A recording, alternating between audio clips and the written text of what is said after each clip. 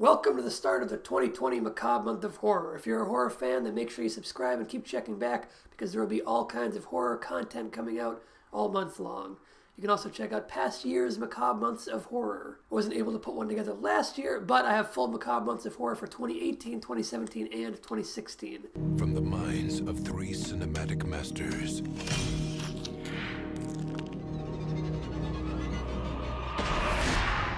comes one singularly terrifying vision of fear.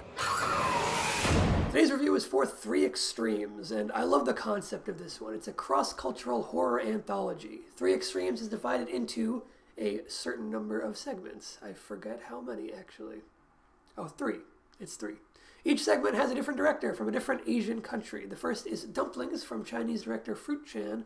The second is Cut from South Korean director Park Chan-wook. And the third is Box from Japanese director Takashi Miike. There will not be any spoilers in this video, so worry not if you haven't seen it. Horror anthologies can be quite hit or miss by nature. Even the best horror anthologies like Creepshow can still have at least one dud in the mix. Despite their uneven nature, I am a fan of horror anthologies, at least in theory. Three Extremes is one of my favorites of the horror anthology format, certainly one of the most even. There's plenty of variance between the segments. They each feel distinct and they showcase their director's vision in a way that does not at all feel limited by the shortened format, which is quite often the case. There's no wraparound framing device, which to some viewers may feel like an absence. If you don't know what I mean by a wraparound framing device, it's like the bookends or the overarching through line that adds a little bit of narrative cohesion to all of the individual vignettes.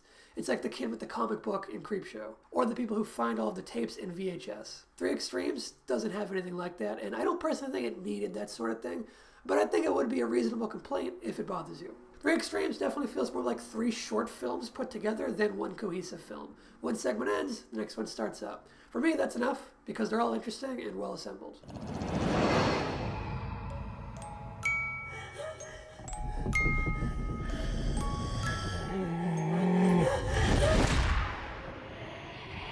Since the three segments are isolated and distinct, I will now review each of them individually, starting out with Fruit Chan's Dumplings. I was already a fan of Park Chan-wook and Takashi Miike before Three Extremes, but Three Extremes was my first exposure to the work of Fruit Chan. First impressions, his directorial style didn't feel quite as distinct or impressive as the others in this anthology, but the overall segment was pretty great. Even if some of the film craft doesn't stack up too favorably beside the others, but the others are who I would consider master filmmakers, really. I find the concept of this one, of Dumplings, just so disturbing.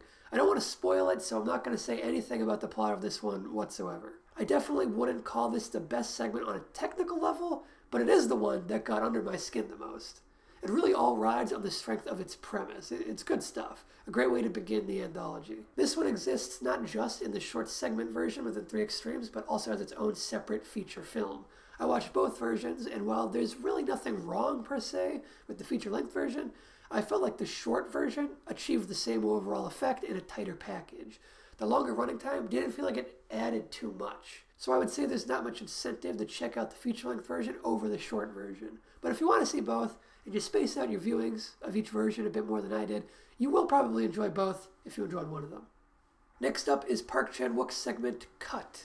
This one is about a film director who is taken captive and tormented by a stranger who claims to have been an extra in one of his films. There are some cool meta elements at play, and this segment keeps you guessing as to what is really happening all throughout it. There are even some vampire elements at play in the fake movie within the movie, which is pretty cool to see, since this precedes Park Chan-wook's own vampire film Thirst by a few years. Lee Byung-hun stars as the director in this segment, and he's always great, and this is no exception. Im Won-hee also delivers a great performance as the stranger. He bounces between threatening and goofy in a highly entertaining way.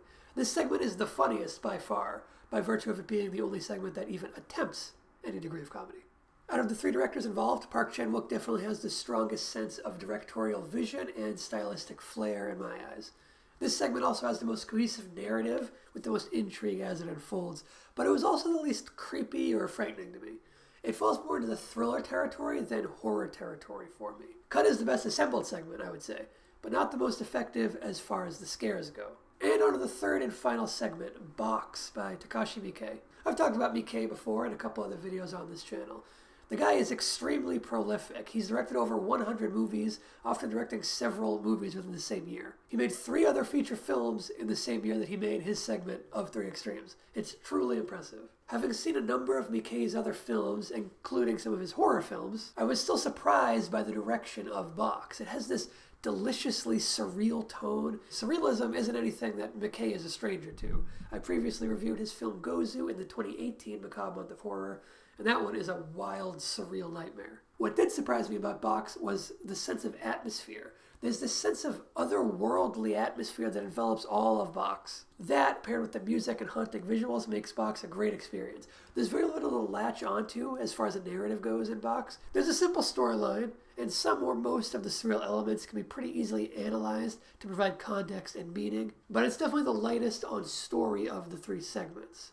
There are a number of visuals in Box that have stuck with me, and I can picture them clearly in my head right now, which is something I can't say as assuredly about the other 2 segments. So, all 3 segments have their own strengths, making Three Extremes one of the most well-rounded horror anthologies out there.